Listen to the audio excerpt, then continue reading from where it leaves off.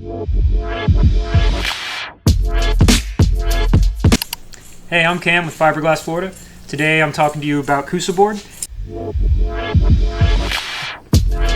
It's our most popular core material that we sell here.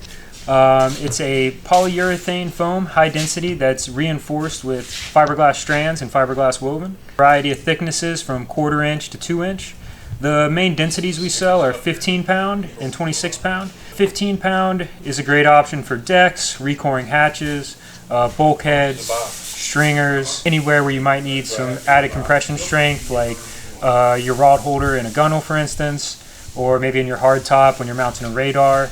It has good screw retention. It has a higher R value, meaning it's got better insulation than plywood, and obviously won't rot where plywood will. The other density we carry is the blue water. It's a 26 pound density. You'll mainly use this in transoms. It's very similar to the 15 pound.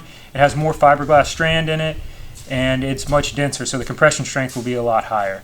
So that'd be a great option for transoms when you need to bolt a 300 horsepower engine on your center console and feel safe about it. You'd want to use the 6 pound blue water.